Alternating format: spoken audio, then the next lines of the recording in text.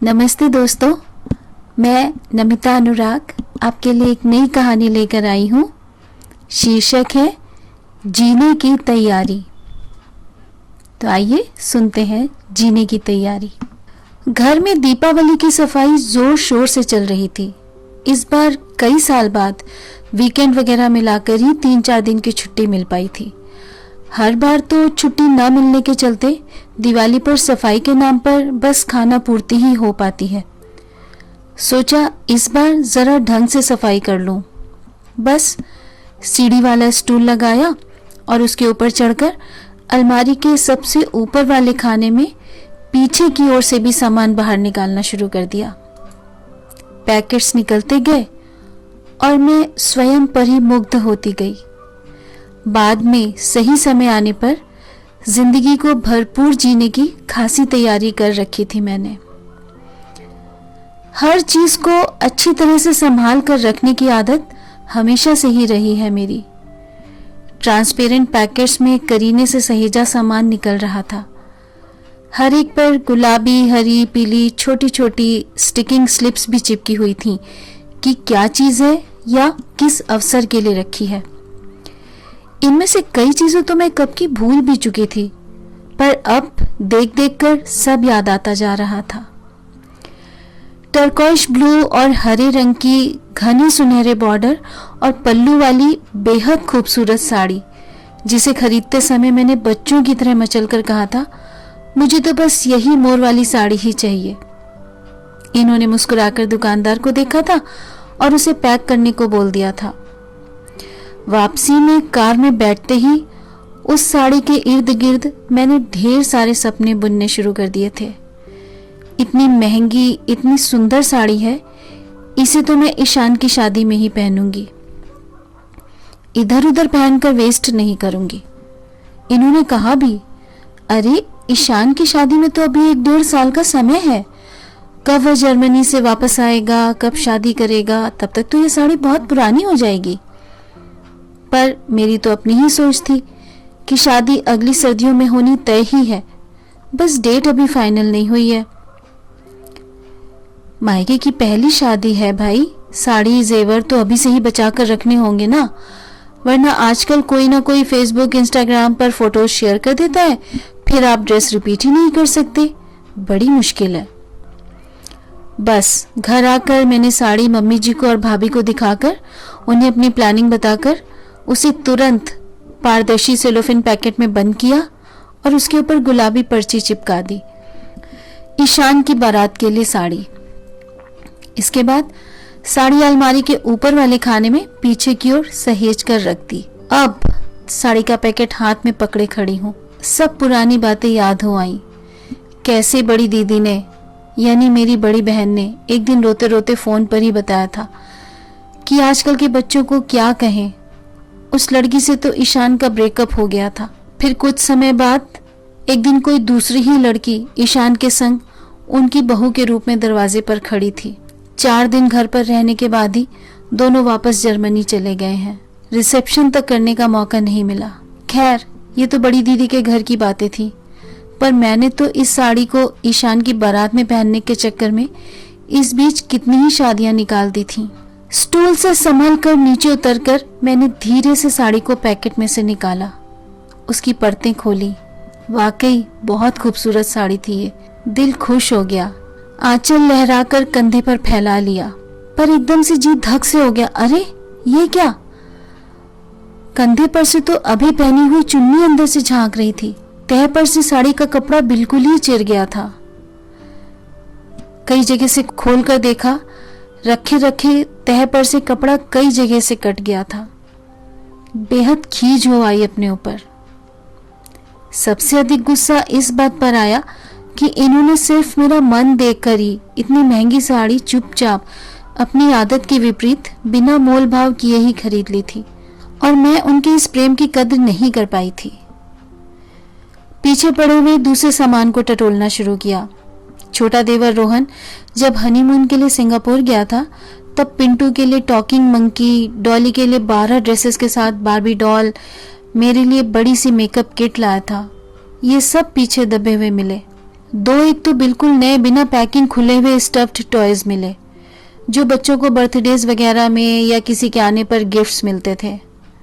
उस समय यह सोचकर कि घर में इतने बच्चों में तो यह सब तुरंत टूट जाएगा, संभालना मुश्किल होगा, मैंने इन्हें अलमारी के ऊपर वाले खाने में दबा दिया था कि जब हम अपने नए घर में शिफ्ट होंगे तब बच्चों को दूंगी। कितने खुश होकर दोनों अपने इंपोर्टेड खिलौनों से खेलेंगे। पर नए घर में जाने का प्लान ही कैंसिल हो गया था और हम सब ने इसी घर को रेनोवेट कराकर इसी में रहने का मन बना लिया था। बच्चे बड़े होते रहे और मेरी जिंदगी को बाद में सही समय पर अच्छी तरह से जीने की तैयारियां जोर शोर से चलती रहीं। सोचा अब तो दोनों बड़े और समझदार हो गए हैं, सामान अच्छे से सहेज लेते हैं, अब नहीं तोड़ेंगे, अभी ही बुलाकर दे देती हूँ। मेरी आंखों में चमक आ गई थी। दोनों को आवाज लगाई, पिंटू जल्दी आओ, डॉली इधर आना तो बेटे। 2-3 आवाजें लगाने के बाद ही छोटे नवाब का पदार्पण हुआ। क्या है मम्मा, आप ना काम नहीं करने देती हो, इतनी मुश्किल से इंटरनेट कनेक्ट हुआ था, बीच में रोकना पड़ा, बताइए क्या बात है। अपने ही हर्षातिरेक में कि मैं पिंटू को उसकी वह सौगात देने जा रही हूँ जिसके पीछे वह पगलाया रहता था, जिससे खेलने का लालच दिलाकर मैं कितनी ही बार होमवर्क, यूनिफॉर्म चेंज जैसे काम उससे आसानी से करवा लेती थी। मैंने उसकी अभी वाली नाराजगी को अनदेखा कर दिया। अपने पास बुलाकर हुलस कर मैंने उसे टॉकिंग मंकी पकड़ाया। यह ले अपना टॉय टॉकिंग मंकी, याद है ना या भूल गया? अरे ये कहाँ था? कितना ढूंढता था मैं इसको। पिंटू ने उसे मेरे हाथ से ले लिया। उसके चेहरे पर झलकी इस खुशी को देखने के लिए ही तो मैंने इतने साल इस खिलौने को इतना सहेज कर रखा था। पिंटू का खिला खिला चेहरा देख गदगद हो उठी मैं। सामान को कायदे से सहेजने की अपनी प्रतिभा पर नाज हो आया मुझे। भावावेश में मैंने झुककर और भी खिलौने गोद में उठाए और मैं पलटी कि पिंटू को इनसे खेलता हुआ देखूं, पर पिंटू वहां था कहाँ। इधर उधर देखा तो कमरे की बालकनी से आगे झुककर वो अपने उस जान से प्यारे खिलौने को बगल वाली बालकनी में खड़े पड़ोसी के 6 वर्षीय बेटे आशु को पकड़ा रहा था। आशु स्टॉकिंग मंकी को देखकर ताली बजा बजा कर खुशी से उछल रहा था और मेरे पिंटू जनाब अपने चेहरे पर महान संतृप्ति का भाव लिए उसे देखकर मुस्कुरा रहे थे। लगना नहीं चाहिए था, पर जैसे दिल को एक धक्का सा लगा। आशु को मंकी पकड़ाकर पिंटू जब पीछे पलटा तो मेरा रोष फूट पड़ा। कमरे में आते ही मैं उस पर चिल्लाई, ये क्या पिंटू, मैंने इतने सालों से इसे तुम्हारे लिए संभाल कर रखा था और तुमने इसे आशु को दे दिया, क्यों? अरे कम ऑन मम्मा, मैं अब क्या इस टॉकिंग मंकी से खेलूंगा? क्या हो क्या गया है आपको? मजाक उड़वाना चाहती हैं क्या मेरा? और पिंटू वहां से चला गया। सन्न खड़ी रह गई थी मैं। तभी पीछे से डॉली की आवाज ने चौंकाया। क्या हुआ मामा, बुला रही थी आप? फिर एक नई उम्मीद जाग गई थी मेरे अंदर। हाँ बेटे, देख तेरी बारबी डॉल कितना संभाल कर रखी है मैंने तेरे लिए। आनंद विभोर थी मैं कि अब डॉली तो खुशी के मारे मेरे गले में ही झूल जाएगी। ओ मम्मा आई लव यू। पर डॉली की उदासीनता मुझसे बर्दाश्त नहीं हुई। बारबी डॉल दिखाओ। अरे ये तो वही है ना जो रोहन चाचू सिंगापुर से मेरे लिए लाए थे और तुम मुझे इससे खेलने नहीं देती थी। सच कहूँ शर्मिंदगी सी हो आई थी मुझे। बेटे वो तुम छोटी थी ना, ये टूट जाती, बस इसीलिए उस समय नहीं देती थी।